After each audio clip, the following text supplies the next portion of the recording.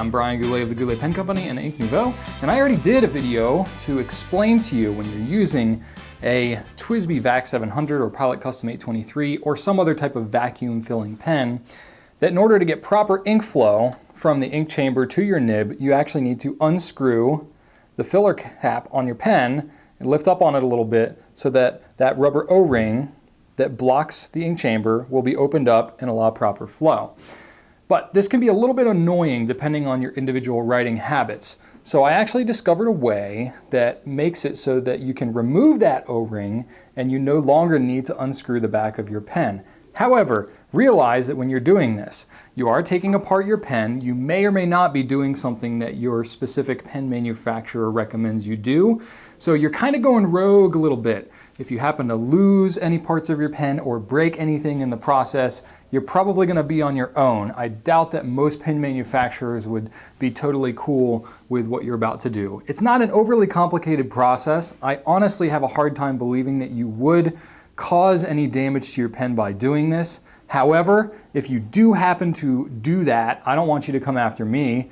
So I'm going to put a proper disclaimer in place to try to scare you off from doing this process and to properly warn you that if you do, that you're on your own. Warning, it's not typical of any manufacturer to recommend to you that you take apart your pen in this manner or else you'll void your warranty and be banished for all eternity to the island of misfit pens. Of course, your pen is your pen, you can do whatever you want with it. If you want to show a firecracker in your pen and watch all the pretty pieces go flying into the air, then you're free to do so, just as long as you recognize that you're on your own for the consequences. If you take off your O-ring like I'm about to do and throw it into the Grand Canyon or have it stolen by angry bears, it may be difficult if not impossible for you to find a replacement. You'll have to fess up to the manufacturer that you did this crazy thing with this weirdo guy showed you in a video, and they may look at you like you have lobsters crawling out of your ears and tell you, sorry, I'm not sorry, but you did a crazy thing. If you do decide to do the following O-ring removal, then you must recognize that you're taking full responsibility for your actions and you have no one to blame but yourself for whatever happens to your pen in the process. If this scares you and you're afraid you're going to break your pen, then don't do what I'm about to do. But if you'd like to believe that risk equals reward and you're willing to be a rogue maverick and explore parts of your pen that few have dared to explore, then the wonders of ink flowing majesty await you. I have here the Pilot Custom 823 and the TWSBI VAC 700. There are other VAC fillers out there, both vintage and modern. I'm not intimately familiar with those. I'm really only familiar with these two. So, and because the design of these two is the same, I'm going to stick with these ones. So you may have to do some experimentation if you have other pens, proper disclaimer in place and all that stuff. You know, be careful with what you're doing. But both of these work the same way, where you have to unscrew the back of your pen in order to get proper flow. So I can understand where it would be kind of annoying for someone who's either not familiar with it or who uses their pen, you know, in certain ways. If you're writing, you know, not long periods of time, but long enough where you're going to start to run out with the pen drying up. And if you are on the go and you wanted to seal it up and go, you know, it can be kind of annoying to do the whole screw and unscrew thing all day long. Well, there is kind of a workaround. It's kind of an interesting thing that I wasn't familiar with at first, but once I played with the pen, it kind of made sense. You can actually bypass this whole unscrewing on the back thing if you want to. I'll demonstrate here with the TWSBI. The concept's exactly the same with the Custom 823. I've got a TWSBI wrench here, which is about a 7mm wrench, about 1.15 millimeters thick. You know, if you want to source out your own, or you know, if you have a TWSBI, that'll work really well. You unscrew it counterclockwise. This is actually really handy if you want to just kind of maintain your pen and keep a little silicone grease here on the seal. You know, that's just fine. But if you look at the way that this thing is designed on the tip, I'll show you how you can actually make this thing work better. So this is the actual rod of how the whole thing works. So this is where it seals on. It's got a little O-ring to keep the back chamber completely sealed up. But there's actually two O-rings here. One is kind of free-floating. That's the one that actually seals to the sides of the ink chamber and allows the pen to seal and fill up. This other one here is kind of cone-shaped. That one is the one that actually seals the chamber closed when you have the knob completely done. And you can, if you so desire, just kind of take and pull the thing right off of here. It's fairly pliable.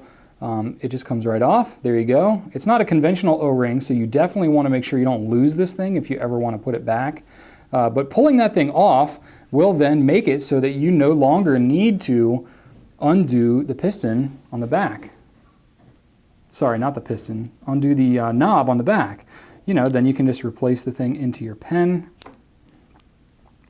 like so. You know, seal it up, and that O-ring is no longer in place there anymore, and ink will flow around it, and you'll be able to write all day long without having to unscrew the back like normal. Now, realizing that you're doing that, you are not sealing the ink chamber, and you are going to have more of a potential for leaking and pressure changes and stuff like that. So it's a do-at-your-own risk kind of thing. Pilot does not provide you with a wrench like TWSBI does. I think TWSBI is a little cooler, they're a little more flexible. Pilot, they're a bigger company, been around longer, they kind of want you to not really mess with the pen too much. And I completely understand that. However, if you do want to mess with your pen, of course, proper disclaimer, blah, blah, blah, realize that you're going rogue. It works very much in the same fashion. You can just actually use the TWSBI wrench, believe it or not. It's the same size. Unscrew counterclockwise. When you're doing the custom 823, there is this gold trim ring that is going to fall off. That's normal, don't freak out, but do hang on to that, don't lose it. It's the exact same design, actually very similar. I don't know, there may be some slight tolerances that are a little bit different, but this one you can also pull off the O-ring with your fingers. Oh gosh, don't want to drop it. And then you can seal it back up. The only thing is when you're putting the custom 823 back together, the ring is recessed on one side. So it's kind of flat on this side and it has this recess on the other. You want to put the recessed side pointed towards the filler knob. Okay, so once you do that, you just reassemble the pen, kind of put it together. You can use the wrench. Don't ratchet it down way too much, but just give it a nice little hand tightening, if you will. So hopefully this is a trick that's kind of helpful to you. I get asked about it a lot, and I figured it was just good information to have out there in the public. Well, I guess if you got this far in the video, I didn't scare you off completely. So if you have any questions, you can just hit me up in the comments. Thanks for watching, and right on.